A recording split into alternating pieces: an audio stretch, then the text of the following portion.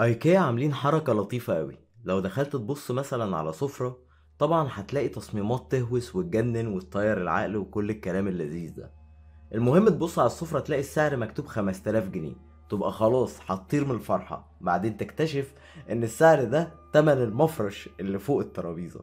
تمشي عينك شوية تلاقي تيكت تاني ملزوق 10000 جنيه، لكن ده بيبقى تمن كل كرسي لوحده. تفضل تشمشم ورا تيكت تيكت لغاية لما تلاقي تيكت مكتوب عليه سعر المجموعة كاملة.